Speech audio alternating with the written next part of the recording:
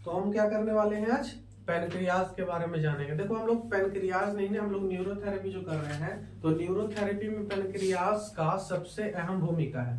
ठीक है, गुरुजी ने बताया है ना, 2 पैन 4 पैन, क्या 10 पैन 18 पैन 8 पैन, तो सबका अलग अलग काम है। ठीक है, एक्चुअली में जो पैन पॉइंट देते हैं, सबसे पहले हम लोग इम्पोर्टेंट चीज इसमें क्या बात आता है, आज हम लोग समझेंगे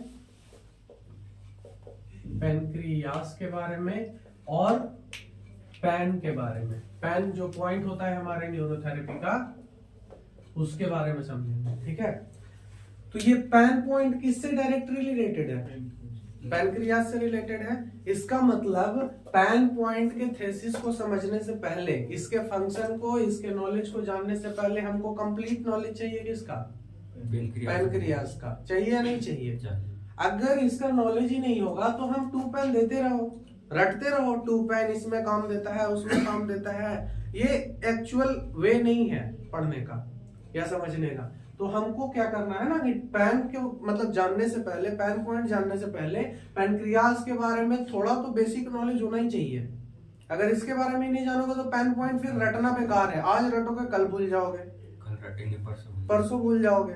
ठीक है, तो हम लोग क्या करेंगे आज, पहले पैन पॉइंट करने से पहले हम लोग पैनक्रियाज के बारे में थोड़ा सा इसका एनाटॉमी फिजियोलॉजी समझेंगे। ठीक है, इसका कैसे फंक्शन करता है, क्या क्या होता है इसमें। ठीक है, कैसे हम लोग को ये डाइजेशन में मदद करता है।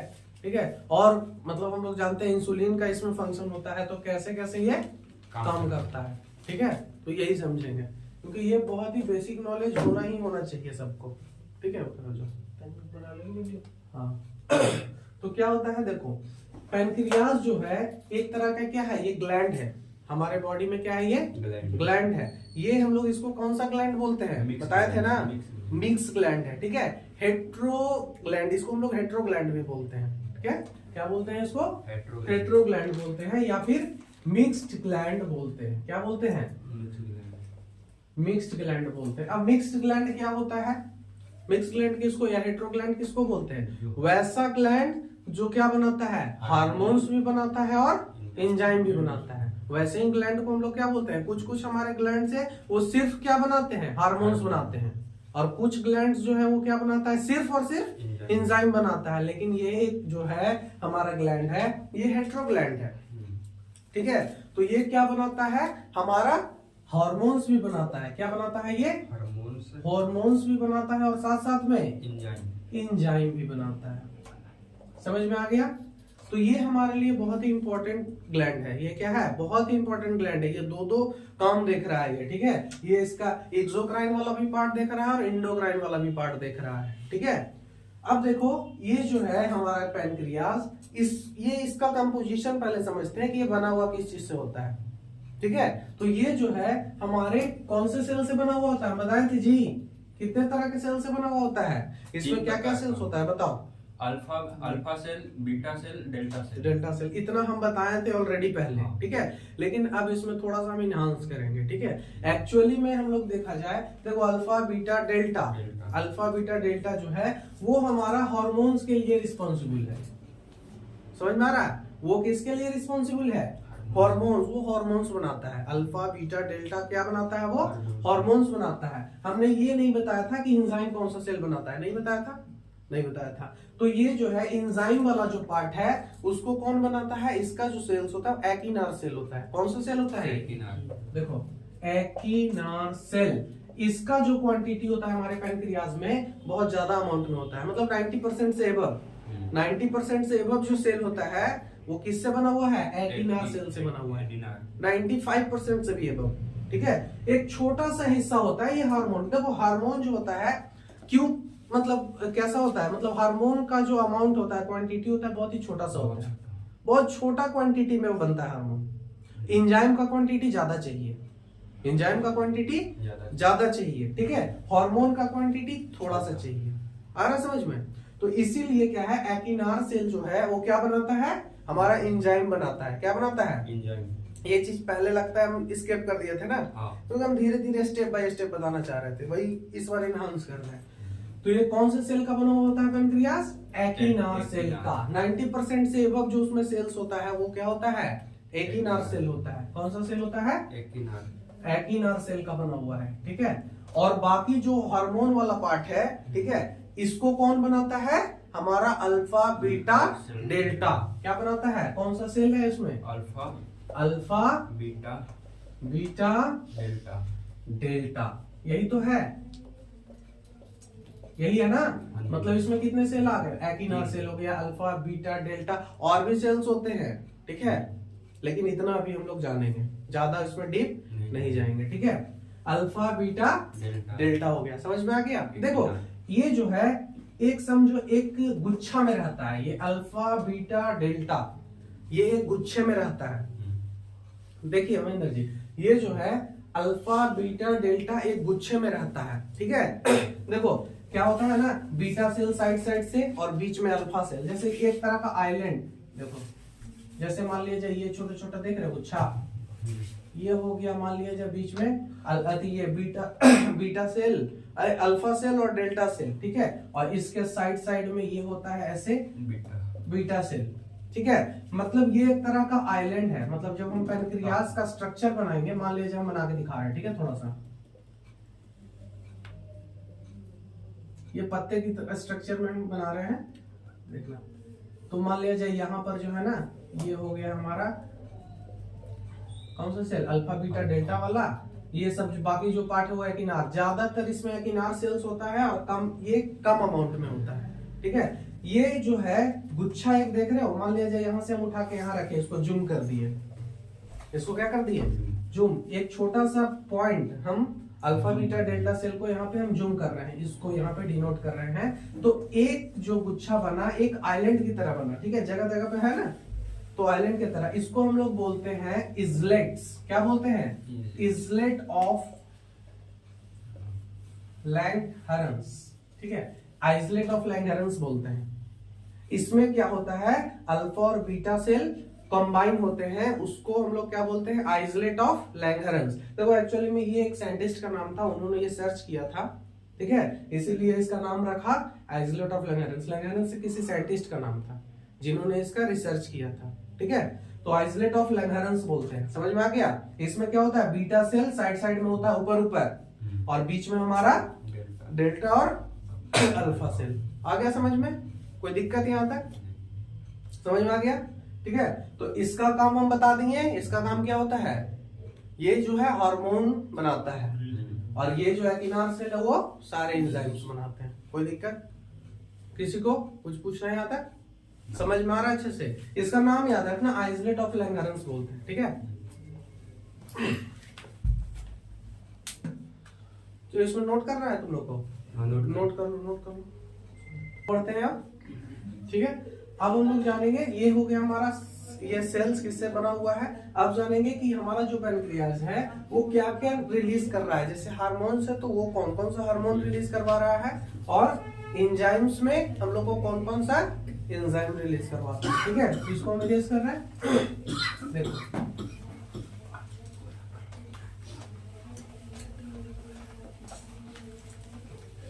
एक एक करके हम लोग चलेंगे। पहले हम लोग हार्मोन्स को टारगेट करते हैं, ठीक है, हार्मोन्स को टारगेट करते हैं। देखो ये है हार्मोन, मतलब हम लोग जानेंगे कि हमारा जो ये ग्लैंड है पैनक्रियाज है वो कौन सा हार्मोन्स दे रहा है, ठीक है। सबसे पहला हार्मोन्स क्या था? क्या है? इंसुलिन। क्या है? इंसुलिन। दूसरा हमारा क्या है? ग्लूकागॉन। बहुत बढ़िया, ठीक है। और तीसरा हमारा क्या है? सोमैटोस्टैटिन, ठीक है। ये हो गया हमारा हार्मोन्स, ठीक है। ये 3 हार्मोन्स हैं, और भी हैं, लेकिन हम लोग को मेनली जो जानना है न्यूरोथेरेपी में, इस पे काम करना है, ठीक है। क्या है? इंसुलिन है, ग्लूकागॉन है और सोमैटोस्टैटिन है, यही तो है, ठीक है। अब हम क्या करेंगे कि हल्का हल्का इसके बारे में एकदम नॉर्मल, जैसे हम लोग जब पैन का पॉइंट पढ़ेंगे तो उसमें थोड़ा सा डीप जाएंगे, लेकिन ऊपर ऊपर ओवरव्यू हम देंगे अभी हल्का हल्का कि इसका काम क्या होता है, यही तो है। देखो ये क्या है, जब हम मान लीजिए इस केमिकल के बारे में ही जान जाएंगे तो पॉइंट का क्या काम है तो आसानी से जान जाएंगे। यही तो होता है। जैसे 2 पेन होता है, 2 पेन से मान लीजिए ये 10 पेन है तो इंसुलिन निकाला, 2 पेन है तो हमारा क्या ग्लूकागॉन निकाला, ग्लूकागॉन देता है ना, हाँ। ग्लूकागॉन दिया। तो ये सब क्या है, मतलब हम पॉइंट को अगर समझने से पहले इसी को समझ लेते हैं, ठीक है। तो इंसुलिन का क्या फंक्शन है बताओ, कौन बताएगा, बताओ। 2 पेन ये सॉरी इंसुलिन का फंक्शन बताओ क्या होता है, ये क्या करता है। अच्छा, इंसुलिन का काम, हाँ। ये खून पतला करेगा। खून पतला करता है ये। हाँ।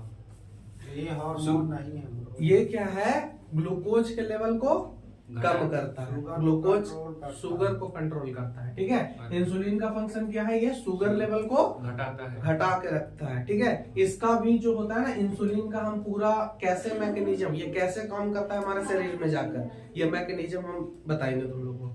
इंसुलिन ले तो लिए, हाँ। मान लीजिए इंसुलिन बॉडी तो दे रहा है, लेकिन वो काम कैसे कर रहा है ये तो जानना जरूरी है ना। जा रहा है, मान लिया जाए कोई भी दवा खा रहा है तो वो काम कैसे कर रहा है, या फिर इंसुलिन हम ले रहे हैं बाहर से भी ले रहे हैं तो वो कैसे सेल में जाकर क्या कर रहा है जो शुगर लेवल को कम कर रहा होगा। ये मैकेनिज्म को जानना भी बहुत जरूरी है, ठीक है। लेकिन अभी मोटा मोटी जानेंगे कि ये क्या करता है, शुगर लेवल को घटाता है, ठीक है। ये एक्चुअली में देखो कैसे करता है, ये क्या करता है कि जैसे इंसुलिन बॉडी में जाता है, ठीक है, ये क्या करता है एक दरवाजा खोल देता है, एक दरवाजा सेल्स के अंदर क्या करता है, एक दरवाजा खोलता है। ऐसे ही ओवर भी बता रहे हैं, दरवाजा खोलता है और वो अलाउ करता है, मतलब वो क्या करता है ग्लूकोज को पकड़ के ब्लड से सेल में डालता है, मतलब किसी का मदद लेता है, एक तरह से गुंडा सेल, मतलब गुंडा हार्मोन बोल सकते हैं ना। वो क्या करता है ग्लूकोज को खून से पकड़ता है, ठीक है, और वो पकड़ के कहाँ डालता है, जेल में डालता है, उसको सेल में ले जाता है कि तुम इसको यूज करो। अब मान लिया जाए ये ना हो तो उसको ग्लूकोज को पकड़ने वाला कोई रहेगा, ग्लूकोज को पकड़ने वाला ही नहीं होगा, तो पकड़ेगा नहीं तो सेल में जाएगा नहीं, तो शुगर लेवल ब्लड में बढ़ेगा कि नहीं बढ़ेगा, यही होता है। समझ में आ गया, बेसिक सा नॉलेज यही ले लो कि वो पकड़ पकड़ के सेल में डालता है। इंसुलिन क्या करता है, ब्लड से शुगर को पकड़ता है और उसको सेल में डालता है। समझ में आ गया। तो इसी तरीके से इसी प्रोसीजर पे ये काम करता है। ये है हमारा ग्लूकागॉन, ये क्या करता है हमारे बॉडी में ब्लड लेवल को बढ़ाता है, रेस करता है। देखो बढ़ना बहुत बड़ा इम्पैक्टफुल नहीं है, बढ़ना तो सही है, कहीं ना कहीं देखो उसको ठीक करने के लिए हमारा किडनी भी खड़ा है, चलो फिल्टर करेगा थोड़ा थोड़ा करके, लीवर भी है, अगर खून में बहुत ज्यादा मात्रा में शुगर हो गया तो उसको एब्जॉर्ब करके और खून को स्टोर कर लेता है, चलो किसी भी तरह से काम चलेगा। लेकिन घटना बहुत बड़ा इशू है, अगर मान लिया जाए बॉडी में ब्लड का शुगर लेवल बहुत ड्रॉप कर जाए तो हमारे सेल्स को ग्लूकोज नहीं मिलेगा, एनर्जी नहीं मिलेगा तो वो फंक्शन करेगा, तुरंत डेड कर जाएगा। ब्रेन को एनर्जी एनी टाइम चाहिए, उसको नहीं मिलेगा तो दिक्कत है। हर एक ग्लैंड को काम करने के लिए एनर्जी लेवल बूस्टअप चाहिए, मतलब एक लेवल में चाहिए, तो वो काम ही नहीं करेगा। तो ये घटना बहुत ही बेकार है, घटना नहीं चाहिए शुगर लेवल ज्यादा, उससे मौत भी हो सकता है इंसान का। तो ये क्या करता है ग्लूकागॉन, क्या करता है शुगर लेवल को हाई करके रखता है, बढ़ा के रखता है, मैनेज करके रखता है, उसको घटने नहीं देता है। इसका भी प्रोसीजर हम बताएंगे कि ये कैसे काम करता होगा। ये क्या करता है मोटा मोटी जान लो कि ग्लूकागॉन जैसे ही हमारा पैनक्रियाज छोड़ता है तो वो नॉक करता है लीवर को, इसको, और लीवर क्या है पहले से स्टोर करके रखे हुए हैं, शुगर को पहले से स्टोर करके रखे हुए हैं, तो वो नॉक किया, अरे यार भेजो, यहाँ पे खून में ग्लूकोज का कमी हो रहा है, इसको जरूरत है, तो वहां से बोलता है कि ठीक है मेरे पास तो है जमा, तुम ले जाओ। तो ये इसका टारगेट करता है, इसका भी मैकेनिज्म हम बताएंगे कैसे काम करेगा, ठीक है। सोमैटोस्टैटिन भी उसी तरह से है, ये भी हार्मोन है, ये भी क्या करता है हमारे बॉडी में जाके अनवांटेड चीज को खत्म करता है, ग्रोथ को रोकता है, ठीक है। तो ये सारा क्या है हार्मोन से, जो कौन देता है हमारा पैनक्रियाज देता है, कौन देता है पैनक्रियाज के कौन सा cell, alpha beta delta cell, मतलब आइसोलेट ऑफ लैंगरहन से ये सारे हमारे हार्मोन्स निकलते हैं। अगर मान लिया जाए ये पार्ट हमारा पैनक्रियाज का, अगर ये वाला पार्ट अच्छे से ना काम करे तो वो कितना मतलब इफेक्टफुल हो सकता है हमारे बॉडी पे, कितना मतलब अजीब सा प्रभाव डालेगा। इसका कमी हो जाएगा, चाहे इसका कमी हो जाएगा, इसका कमी हो जाएगा, सब कहीं ना कहीं रिस्पॉन्सिबल होगा नया बीमारी को जन्म देने में, है कि नहीं है। यही चीज है। अब पता है कि मान लिया जाए इंसुलिन का ही कमी हो जाए तो क्या होगा, पकड़ने वाला ही खत्म, तो उस ब्लड में शुगर लेवल गढ़ा हुआ, हार्ट का प्रॉब्लम हो सकता है, और भी बहुत सारे जो मान लिया जाए उसमें खून में गाढ़ापन आ गया, बीपी हाई होने का चांस है, तो ये सब बहुत सारे प्रॉब्लम्स आते रहेंगे। ठीक है, तो ये पैनक्रियाज हमारा अगर थोड़ा सा प्रॉब्लम में आया तो समझो हमारा पूरा बॉडी प्रॉब्लम में आ गया। ठीक है, आज का जो हम लोग का डिस्कशन होगा वो पैनक्रियाज पर होगा सर के साथ। ठीक है, तो इसीलिए पहले जान लो, समझ लो, और उसके बाद हम लोग डिस्कस करेंगे, क्योंकि पहले जानना तो जरूरी है ना, इसके बारे में थोड़ा थोड़ा तो जानोगे ना। ठीक है, अब क्या है, कौन सा पार्ट रह गया हमारा, एंजाइम। ठीक है, अब एंजाइम में क्या क्या आएगा हमारा, एमाइलेज। क्या आएगा, एमाइलेज। दूसरा लाइपेज। तीसरा सोडियम बाइकार्बोनेट। चलो इसको इसी कैटेगरी में डालो, ये भी सोडियम बाई कार्बोनेट। ठीक है, और हमारा ट्रिप्सिन, मारेंगे ना तुमको, ट्रिप्सिन नहीं बताए थे, ट्रिप्सिन भी देता है। ठीक है, तो ये सब क्या है, हमारे कुछ एंजाइम्स हैं जो हमारा पैनक्रियाज बनाता है। क्या करता है, पैनक्रियाज बनाता है। ठीक है, ये जो हमारा सारा एंजाइम है, ये जो एंजाइम है, ये कौन से सेल के द्वारा बनाया जाता है, एकिनार सेल से बनाया जाता है, एकिनार सेल बनाता है। ठीक है, देखो अमाइलेज है, लाइपेज है, सोडियम बाइकार्बोनेट, ट्रिप्सिन है, सबका अलग अलग महत्व है, सब अलग अलग तरीके से काम करता है। ठीक है, अगर मान लिया सिर्फ ये एंजाइम वाला पार्ट अगर पैनक्रियाज का काम ना करे तो पूरा डाइजेशन ब्लॉक, हम बताए थे कल, कैसे ब्लॉक कर जाएगा, ये जिसको तोड़ेगा वो टूटेगा नहीं तो आगे नहीं बढ़ेगा, कॉन्स्टिपेशन होगा, गैस ब्लॉटिंग होगा, गैस होगा, ब्लॉटिंग होगा। तो बहुत मतलब इसका भी एक बहुत बड़ा भूमिका है, हमारे पैनक्रियाज का बहुत बड़ा भूमिका है इसका एंजाइम वाला पार्ट। अब क्या है, अमाइलेज देता है, लाइपेज देता है, सोडियम बाइकार्बोनेट देता है, ट्रिप्सिन देता है। देखो पैनक्रियाज जो बनाता है हमेशा, मतलब जो भी कोई भी पार्ट बनाया वो हमेशा इनएक्टिव फॉर्म में बनाता है। कैसे बनाता है, इनएक्टिव फॉर्म में। कोई भी एंजाइम बनाएगा वो इनएक्टिव फॉर्म में बनाएगा। जैसे ट्रिप्सिन है, बनाता तो पैनक्रियाज है लेकिन ये इनएक्टिव होता है। इनएक्टिव फॉर्म का अलग अलग नाम होता है, जैसे इसका नाम रहता है ट्रिप्सिनोजेन। ठीक है, आगे बताएंगे हम कभी। जैसे ट्रिप्सिन जो है डायरेक्ट नहीं बनता है पैनक्रियाज में, वो किसके फॉर्म में बनता है, जैसे हम बता रहे थे पेप्सिन, तो पेप्सिनोजेन बता रहे थे, उससे रिलेट करना। तो ये जो है कॉम्पैक्ट फॉर्म में होता है। ठीक है, इनएक्टिव फॉर्म में होता है ट्रिप्सिनोजेन में। तो ये जब जाता है वहां पे, जहां पे कहा, इंटेस्टाइन में, कहा जाता है, स्मॉल इंटेस्टाइन में, ड्यूडेनम में जाता है, तब ये एक्टिव होता है। उसके एंजाइम से मिलता है तब ये एक्टिव होता है, अकेले ये यूजलेस है।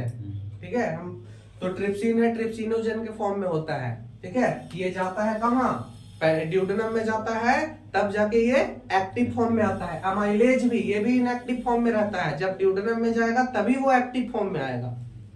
आया समझ में। तो अब देखो ये अमाइलेज है, तो अमाइलेज का काम थोड़ा थोड़ा जानेंगे ऊपर ऊपर कि अमाइलेज क्या करता है, हमारे कार्बोहाइड्रेट को तोड़ता है। किसको तोड़ता है, कार्बोहाइड्रेट को तोड़ता है। सब ये सब नोट कर लेना तुम लोग। ठीक है, ये कार्बोहाइड्रेट को तोड़कर किसमें बदल देगा, बताओ, ग्लूकोज में, इसमें शुगर में, सिंपल शुगर में बदल देता है। ठीक है, ये हमारा क्या है, लाइपेज है।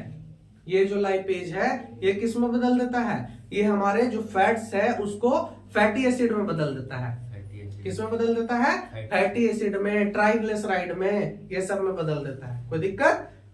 ये जो हमारा सोडियम बाइकार्बोनेट है, इसका हम फंक्शन बता चुके हैं ऑलरेडी, जब बता रहे थे, पढ़ा रहे थे उस समय। ये क्या करता है, हमारे जितना भी मतलब जो एसिडिक फूड है उसको क्या कर देता है, ये न्यूट्रलाइज कर दिया। क्या कर दिया, न्यूट्रलाइज कर दिया। और ये जो ट्रिप्सिन है, हम बताए थे कि इसको प्रोटीन को तोड़ता है। किसको तोड़ता है, प्रोटीन को किसमें तोड़ देता है, अमाइनो एसिड में। देखो प्रोटीन का सबसे स्मॉलेस्ट फॉर्म होता है अमाइनो एसिड। क्या होता है, अमाइनो एसिड। वही हम लोग का बॉडी एब्जॉर्ब करता है, डायरेक्ट प्रोटीन को थोड़ी ना एब्जॉर्ब करता है इंटेस्टाइन, अमाइनो एसिड को एब्जॉर्ब करता है। हम लोग का बॉडी जो फैट को एब्जॉर्ब नहीं करता, फैटी एसिड को एब्जॉर्ब करता है। ठीक है, तो यही है। तो ये समझ में आ गया कौन कौन। ठीक है, तो अब हम लोग क्या जाने, इतना पैनक्रियाज के बारे में हम लोग को नॉलेज लगभग हो चुका है। इस कौन से सेल का बना हुआ होता है, क्या क्या हार्मोन्स निकालता है, ठीक है, कौन कौन सा एंजाइम निकालता है, और उस हार्मोन्स का क्या काम है और एंजाइम्स का क्या काम है। ठीक है, तो हम लोग जो न्यूरोथेरेपी में जो पॉइंट्स देते हैं, पैन पॉइंट, ठीक है, वो कितना इफेक्टिव है आप इससे समझ सकते हो। ठीक है, तो अलग अलग पॉइंट अलग अलग सेल्स को एक्टिवेट करता है। गुरुजी का क्या कहना था कि जो हमारा जो पेन पॉइंट है, जैसे जैसे हम लोग देंगे वैसे वैसे अलग अलग पार्ट को, एक पार्टिकुलर सेल्स को एक्टिवेट करता है। ठीक है, जैसे पहला हमारा कौन सा है, टू पेन। कौन सा है, टू पेन। ठीक है, ये जो है हमारे पैनक्रियास के डेल्टा सेल को, मतलब जो आइसोलेट ऑफ लैंगरहंस था उसमें सारा सेल था अल्फा बीटा डेल्टा, तो ये उस पार्ट के कौन से पार्ट को एक्टिवेट कर रहा है, ये डेल्टा सेल को एक्टिवेट कर रहा है। इसको कर रहा है डेल्टा सेल को एक्टिवेट कर रहा है। एक बात याद रखना, जब भी हम पॉइंट देंगे तो कोई ना कोई पार्टिकुलर ऑर्गन या पार्टिकुलर सेल एक्टिवेट होगा या पार्टिकुलर ग्लैंड एक्टिवेट होगा, और जब ग्लैंड एक्टिवेट होगा तो क्या होगा, कुछ ना कुछ रिलीज करता ही करता है। ठीक है, जैसे ही हम डेल्टा सेल को एक्टिवेट किए, क्या किए, डेल्टा सेल को एक्टिवेट किए, तो इससे क्या निकला, सोमैटोस्टैटिन। क्या निकला, सोमैटोस्टैटिन।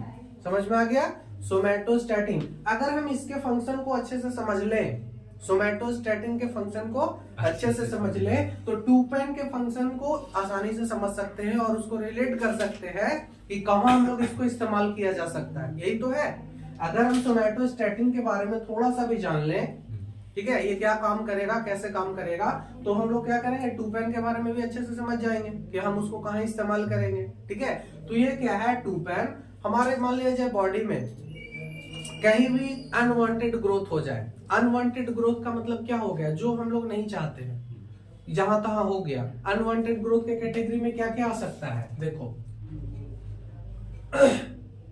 Unwanted growth.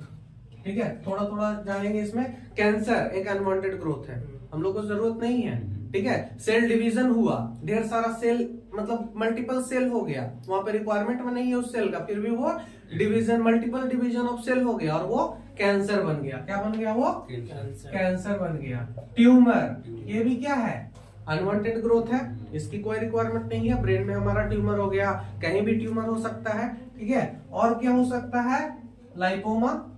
लाइपोमा बताए थे, जगह जगह कहीं पे फैट का गांठ हो जाता है, कभी देखे होगे, पूरा मतलब बॉडी में किसी किसी का हो जाता है गांठ, वो दर्द नहीं देता है। ठीक है, बस लेकिन गुटली गुटली टाइप का रहेगा।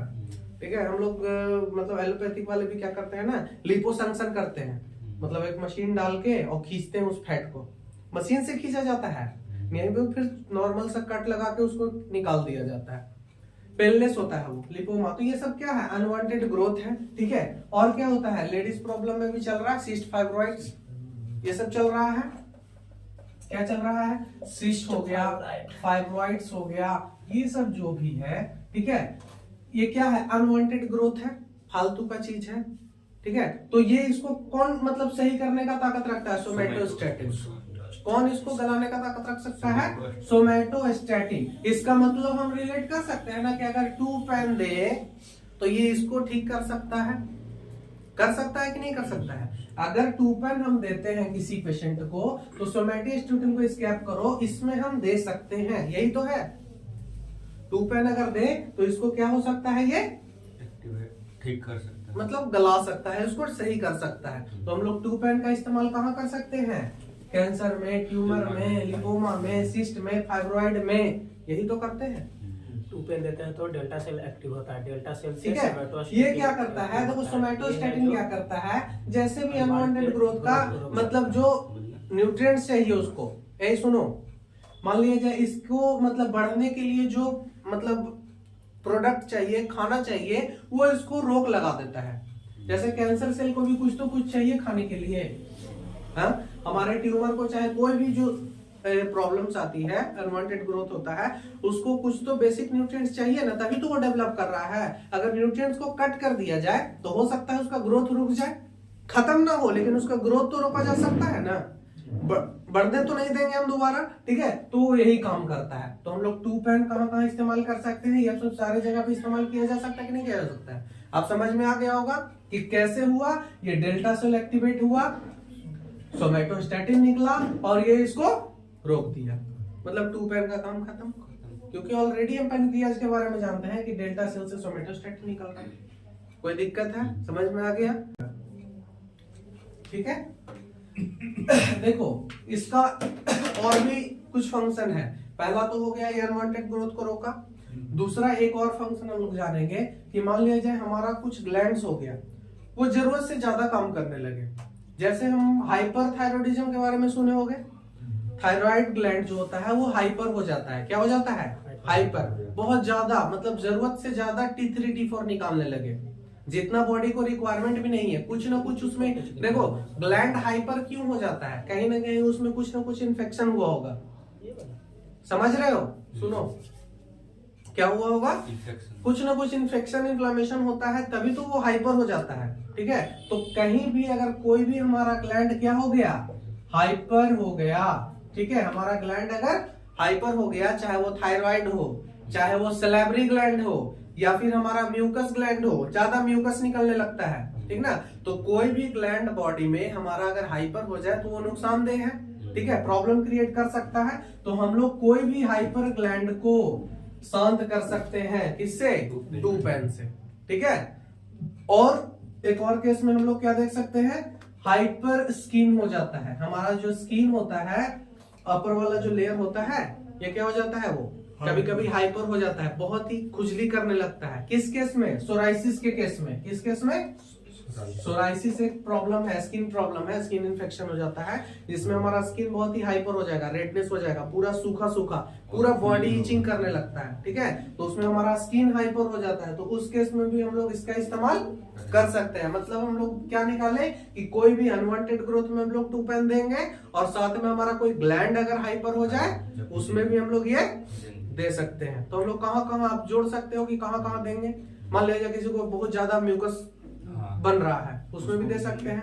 देखो ये बुक में नहीं लिखा हुआ है, बुक में मेरे को नहीं पता कि है कि नहीं, लेकिन हम थेसिस के हिसाब से हम जोड़ सकते हैं। बहुत ज्यादा मान लिया जाए तुम्हारा सलाइवा निकल रहा है, तो उसमें भी, क्योंकि सलाइवरी ग्लैंड ज्यादा एक्टिव होगा तभी तो निकल रहा होगा, तो उसको भी कंट्रोल कर सकते हैं, ठीक है।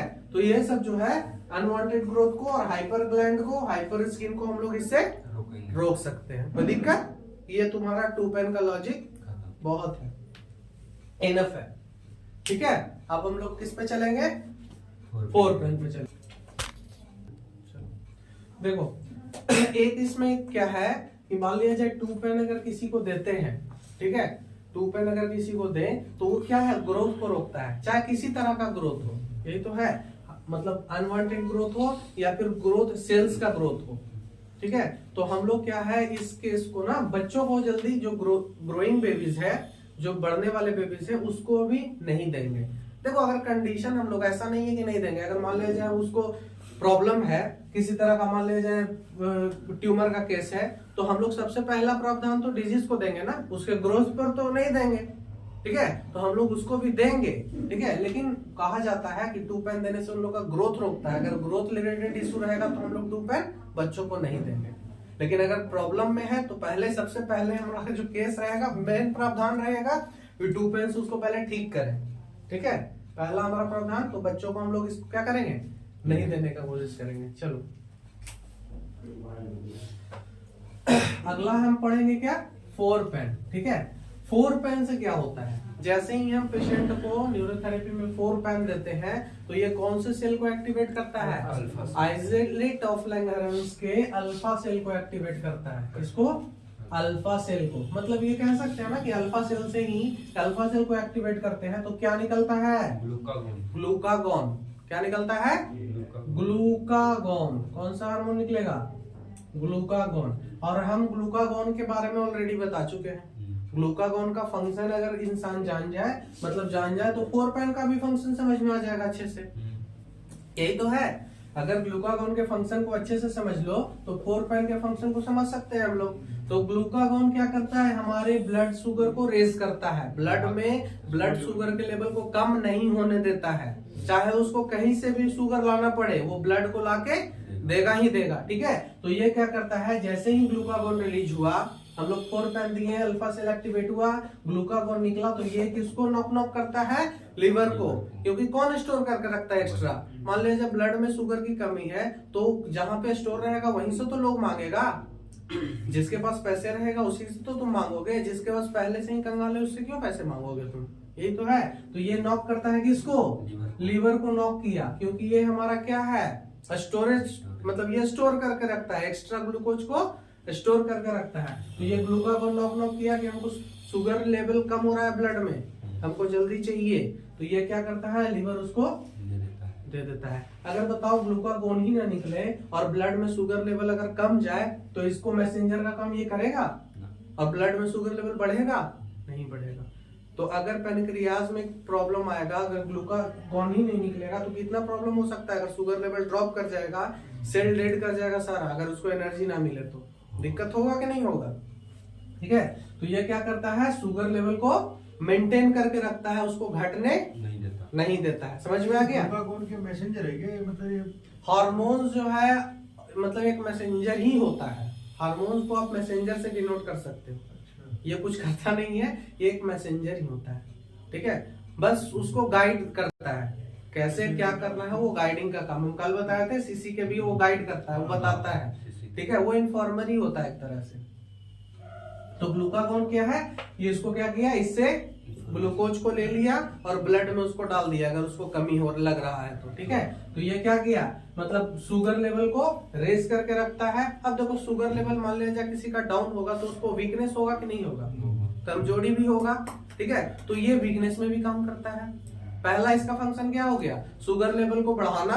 दूसरा वीकनेस को कम करना, वीकनेस को कम करना। क्यों? कौन सा वीकनेस? अगर शुगर के कारण, शुगर लेवल कम होने के कारण उसको कमजोरी फील हो रहा है तो उसको ठीक करेगा। ठीक है, शुगर लेवल ग्लूकोज की कमी के कारण अगर हो रहा है तो ये वीकनेस को भी ठीक करेगा। एक बात और जान लो कि अगर शुगर के कमी के कारण, मतलब ग्लूकोज के कमी के कारण कोई भी प्रॉब्लम हो, उसको भी ये ठीक करेगा।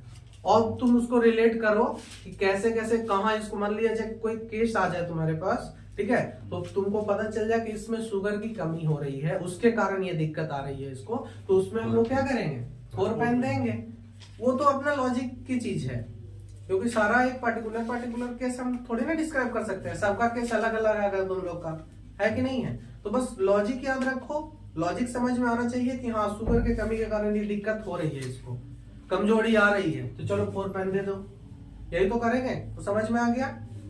और बहुत सारा केस ऐसा होता है शुगर की कमी से होता है। ठीक है, क्रैम्प व्रैम्प भी आते हैं। ठीक है, उस समय भी देंगे, कोई दिक्कत? तो ये तुम्हारा 4 पेन का लॉजिक कंप्लीट। समझ में आ रहा है आपको? कोई दिक्कत तो नहीं है?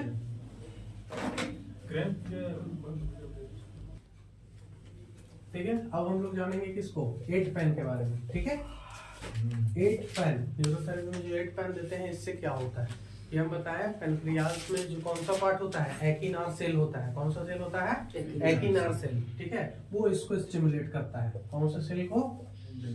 एकिनार सेल को स्टिमुलेट करता है, इसको एक्टिवेट करता है। और एकिनार सेल क्या बनाता है ये भी हम बता चुके हैं। एकिनार सेल क्या क्या बनता है? एंजाइम बनाता है। ठीक है, अमाइलेज, लाइपेज, ट्रिप्सिन, यही सब तो बनाता है।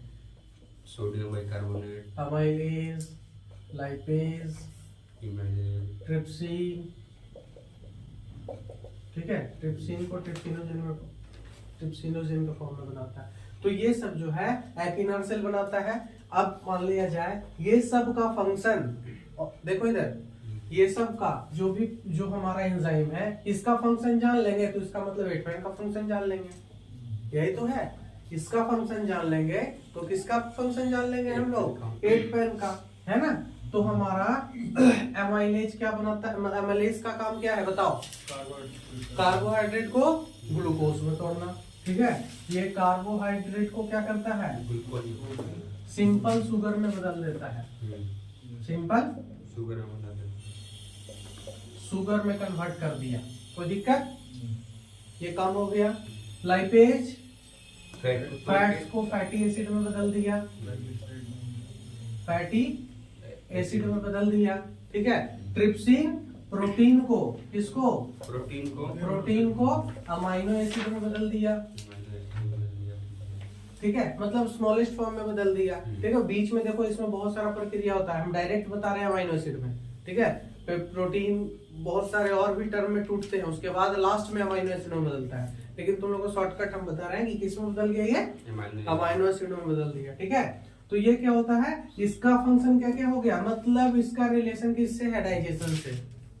इसका रिलेशन किससे है, डाइजेशन से। अब एक बात बताओ अगर पैंक्रियाज का जो एक्टिन सेल है वो गड़बड़ी हो जाए, उसमें वो प्रॉपर अमाउंट में ये सब डाइजेस्टिव जूसेस को ना दे पाए, एंजाइम को ना दे पाए, तो डाइजेशन प्रॉपर होगा नहीं।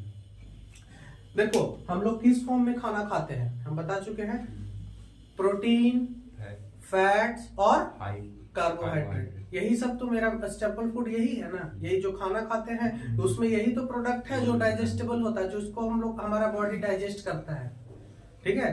इसको हम लोग बोलते हैं मैक्रोन्यूट्रिएंट्स। क्या बोलते हैं, देखो न्यूट्रिएंट्स दो तरह का होता है, एक मैक्रो एक माइक्रो, ठीक है। तो मैक्रोन्यूट्रिएंट्स में यही सब आता है, फैट्स, प्रोटीन्स और कार्बोहाइड्रेट जो डाइजेस्ट करता है हमारा बॉडी, और माइक्रो जो डाइजेस्ट नहीं करता, वो डायरेक्ट सिर्फ एब्जॉर्ब करता है, जैसे क्या हो गया, विटामिन्स, मिनरल्स, ये सब क्या है, इसको एब्जॉर्ब करता है डायरेक्ट वे में, ठीक है। तो ये जो है हमारा प्रोटीन, ये सब अगर अच्छे से नहीं डाइजेस्ट होगा तो डाइजेस्टिव इशू आएंगे, प्रॉब्लम्स आएंगे। और हम लोग हमेशा देखो कि जो फॉर्मूलाज होते हैं, हमारा जो न्यूरोथेरेपी के जो फॉर्मूलाज हैं उसमें 8 पेन का बहुत बड़ा महत्व है। अधिकतर जगह पे हम लोग 8 पेन इस्तेमाल करते हैं, नॉर्मल में, एजे नॉर्मल में, यूडीएफ में, चाहे कुछ हो, पेट से रिलेटेड कोई भी प्रॉब्लम रहेगा तो 8 पेन देंगे ही देंगे, और देते ही हैं। तुम कहीं भी इसको इस्तेमाल करना, 8 पेन को स्किप हम लोग करते ही नहीं है डाइजेस्टिव रिलेटेड इशू में, ठीक है। इसका बहुत ही बड़ा महत्व है। तो हम ये सब कुछ बता चुके हैं ऑलरेडी, पहले डाइजेस्टिव सिस्टम में बता रहे थे, तो उसमें हम बता चुके हैं कैसे कैसे ये काम करता है। अगर ये नहीं टूटेगा तो ये आगे बढ़ेगा नहीं, ये नहीं टूटेगा तो ये नहीं आगे बढ़ेगा, ये नहीं टूटेगा तो ये आगे नहीं बढ़ेगा, जिससे कॉन्स्टिपेशन होगा। तो इसका भी हम आगे बताएंगे कैसे कैसे होता है, ठीक है। तो ये हमारा क्या है, 8 पेन से क्या हो गया, इसका मतलब प्रॉपर डाइजेशन में ये मदद करता है। कोई दिक्कत, 8 पेन का रिलेशन सिर्फ डाइजेशन से है, समझ में आ गया। चलो अब ये हो गया, इसका रिलेशन किससे हो गया, डाइजेशन से। सेकंड में है, मान लीजिए 8 पेन देते हैं तो उससे क्या निकलता है, सोडियम बाई कार्बोनेट भी निकलता है। क्या निकलता है, सोडियम बाई कार्बोनेट। अब सोडियम बाई कार्बोनेट का भी फंक्शन थोड़ा सा जानेंगे, ये क्या करता है। तो हम बताए थे कि हमारा जो पेट है, मान लीजिए ये पेट कैसे बनेगा, ये इसको मान लो पेट, ठीक है। इसमें कौन सा क्या होता है, हाइड्रोक्लोरिक एसिड होता है। हमारा जो फूड इधर आया, फूड का पार्टिकल्स आया, ये क्या हो गया, एसिडिक हो जाता है। क्या हो जाता है, एसिडिक हो जाता है। फूड कैसा हो जाता है, एसिडिक। और ये एसिडिक फूड हमारे अगर स्मॉल इंटेस्टाइन में चला जाए तो क्या हो सकता है, हम लोग को अल्सर हो सकता है, इंटेस्टाइनल अल्सर हो सकता है। तो इसको बचाने के लिए हमारा पेनक्रियाज क्या देता है, सोडियम बाई कार्बोनेट। यहाँ पर आके क्या, ये जो एसिडिक फूड है हमारे सोडियम बाई कार्बोनेट से आके मिलता है और वो न्यूट्रलाइज हो जाता है।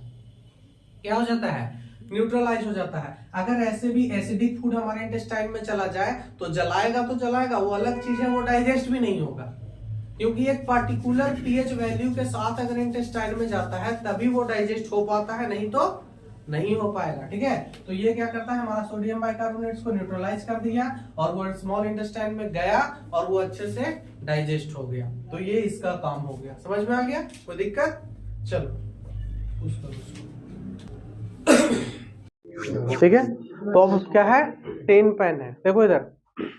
तो 10 पेन से क्या होता है, 10 पेन जैसे ही हमारे न्यूरोथेरेपी में जो 10 पेन है उसको देते हैं तो हमारा कौन सा सेल एक्टिवेट होता है, बीटा सेल, ठीक है। तो बीटा सेल एक्टिवेट होगा तो बीटा सेल क्या बनाता है, इंसुलिन। बीटा सेल का काम ही है सिर्फ इंसुलिन बनाना, समझ में आया। मतलब ब्लड में जितना शुगर लेवल बढ़ेगा, ठीक है, तो वो उसको भाप लेता है, इसको वो जो है बीटा सेल उसको भाप लेता है और उस हिसाब से वो इंसुलिन का लेवल बढ़ाने लगता है, वो बनाने लगता है, ठीक है।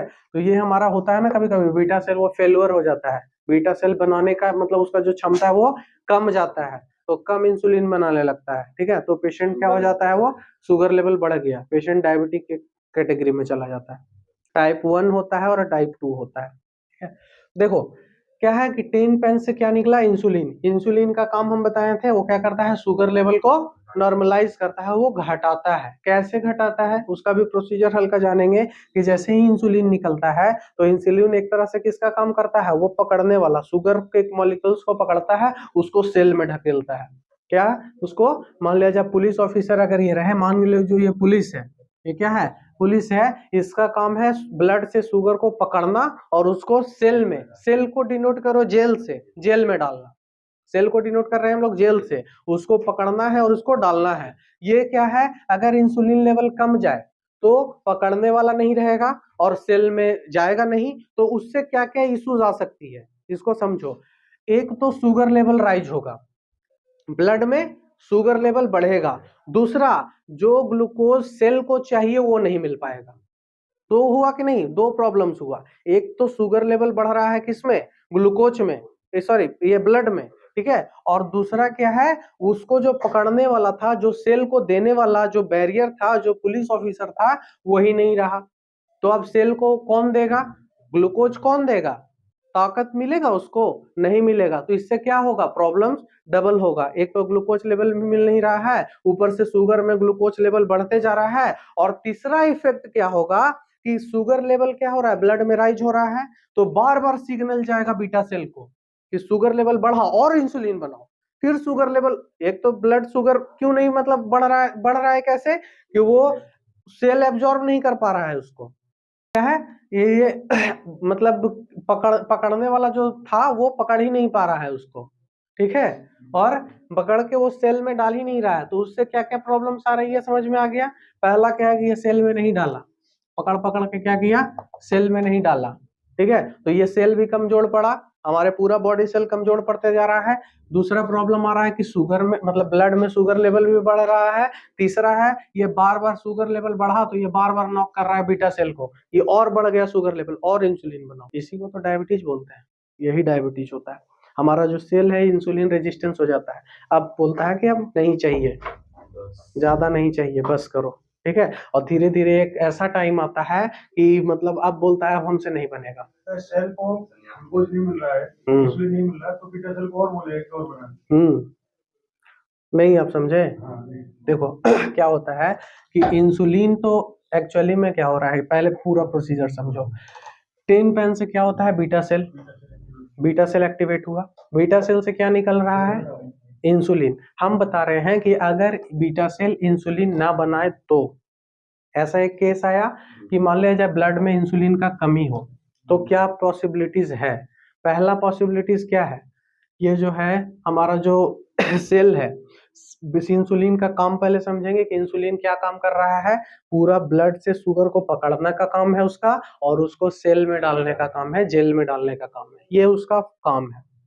कोई दिक्कत, ये इसका फंक्शन हो गया। अगर मान लिया जाए इसका काम मतलब कमी हो जाए, इसका कमी हो जाए तो सेल में जो है ग्लूकोज लेवल जाएगा, नहीं जाएगा। सेल में ग्लूकोज लेवल जैसे ही नहीं जाएगा मतलब वो कहाँ रहेगा, ब्लड में। ब्लड का शुगर लेवल चेक करवाएंगे तो क्या दिखाएगा, बढ़ा हुआ। पेशेंट क्या है, डायबिटिक, वही तो बोलते हैं शुगर लेवल क्या है, बढ़ गया, शुगर लेवल बढ़ गया, तो ये डायबिटिक का केस हो गया, ठीक है। अब क्या क्या पॉसिबिलिटीज हो रही है, एक तो ब्लड में रह के बहुत सारे पार्ट्स को डैमेज करेगा, दूसरा हमारे सेल्स को भी कमजोर करते जा रहा है क्योंकि इसको ग्लूकोज जो देने वाला था वो नहीं मिल पा रहा है, ठीक है। तीसरा, ये बार बार इसको परेशान करेगा, और शुगर लेवल जैसे ही ब्लड स्ट्रीम में बढ़ता है तो बार बार बीटा सेल को फोर्स करेगा, और बनाओ तुम, और बनाओ तुम, समझ में आ रहा है। तो एक तो पहले से ही कमजोर है वो, और धीरे धीरे वो डेड कर जाएगा, एक पोजीशन आता है कि वो डेड कर जाएगा, ठीक है। हम लोग इसको ऑटो इम्यून डिजीज भी तो बोलते हैं। ऑटो इम्यून डिजीज क्यों बोलते हैं इसको हम बाद में बताएंगे, थोड़ा सा ज्यादा डीप हो जाएगा, ठीक है। तो ये समझ में आ गया, तो इंसुलिन का काम समझ में आ गया। तो हम लोग इसको क्या करते हैं, हमारा जो बीटा सेल है उसको एक्टिवेट करते हैं, ठीक है, इसको थोड़ा सा मजबूती प्रदान करते हैं ताकि वो जो इंसुलिन का लेवल जो घट रहा है ये प्रक्रिया से ना गुजरना पड़े, इस प्रक्रिया से ना गुजरना पड़े, प्रॉपर उसको पकड़ पकड़ के जेल में डाले। तो ये प्रक्रिया को सही तरीके से करने के लिए हम लोग को किसकी जरूरत पड़ती है, 10 पेन की मतलब इंसुलिन की जरूरत पड़ती है। समझ में आ गया, कोई दिक्कत, चलो बढ़िया। ये था 10 पेन का काम, ठीक है। 18 पेन हमारा जो न्यूरोथेरेपी का है वो बस इसका एक नॉर्मल सा काम बताया गया है गुरुजी के द्वारा। इस पर अभी थीसिस चल ही रहा है, रिसर्च चल रहा है। 18 पेन क्या होता है हमारे बॉडी के मतलब लेडीज के केस में, ठीक है, तो वो क्या होता है हमारे प्रोलैक्टिन लेवल को कम करता है। क्या काम करता है? प्रोलैक्टिन लेवल, प्रोलैक्टिन एक हार्मोन है, उसके लेवल को कम करता है। प्रोलैक्टिन का बहुत बड़ा योगदान है, ठीक है। ये क्या है, प्रोलैक्टिन क्या होता है इसके बारे में थोड़ा समझो। ये लैक्टेशन में काम आता है। जो ब्रेस्ट होता है ना, ब्रेस्ट में लैक्टेशन प्रोड्यूस करवाता है, मिल्क प्रोडक्शन में, किसमें? मिल्क के प्रोडक्शन में काम आता है, ठीक है।